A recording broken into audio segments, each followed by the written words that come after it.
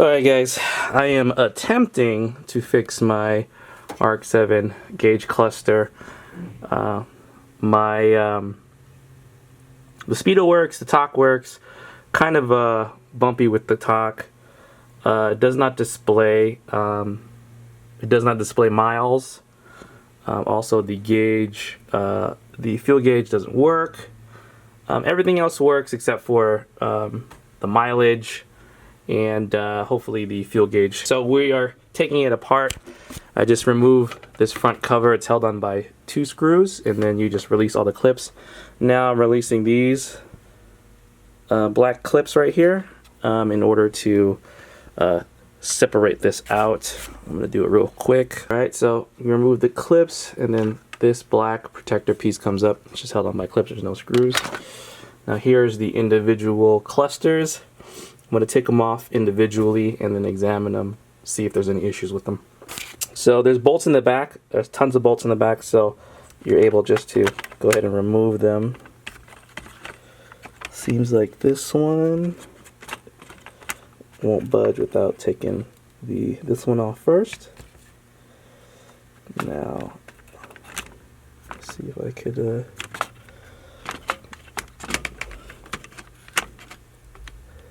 what else is... I think I'm gonna have to remove this screw right here. The whole shebang from the housing. It comes out. There you go. Oh, there's a ribbon right there on the bottom I had to take out. So I was able to get that ribbon off on the bottom. And here's the back piece. I'm gonna go ahead and examine each and every little thing about this board.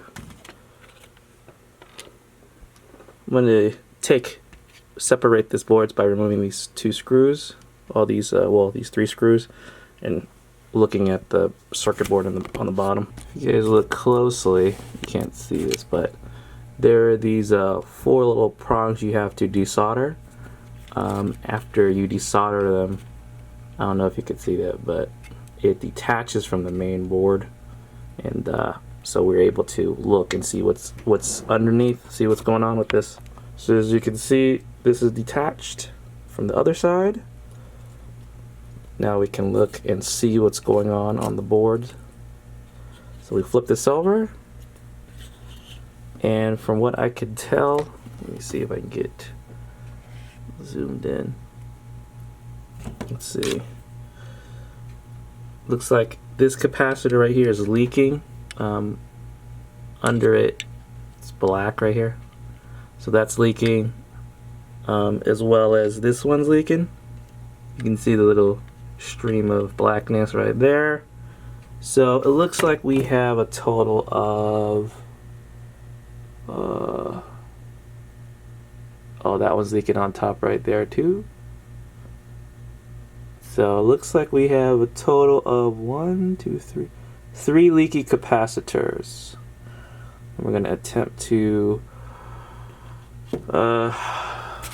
remove them and then replace them and see if I have any spares in some of these ECUs that I have.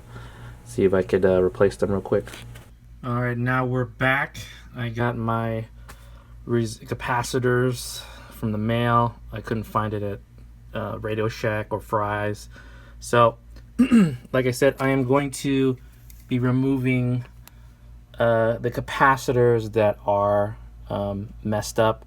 This one's leaking. Pretty much every single one that's leaking I'm probably just gonna do just cause. And what I'm gonna do is take some alcohol and clean the board as well. There's all that battery acid, the capacitor battery acid in there. So I'm gonna clean everything up, and then hopefully this tachometer this whole thing will work. So hopefully when I put it back together, it'll work. If not, this would be a big waste of time, and I just wasted everyone's time. So I'm gonna get cracking. All right, guys. So here's the moment of truth. My super rotary key is here. Let's see what the gauge says. This is how I know how many miles I have. Oh, there's that.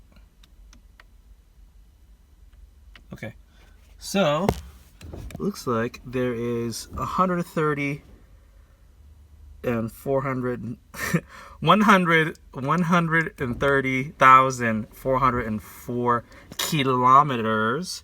I don't know what that means, so I'll have to see. But yeah, my windshield wipers are going off. What does that even mean? How do I turn it off?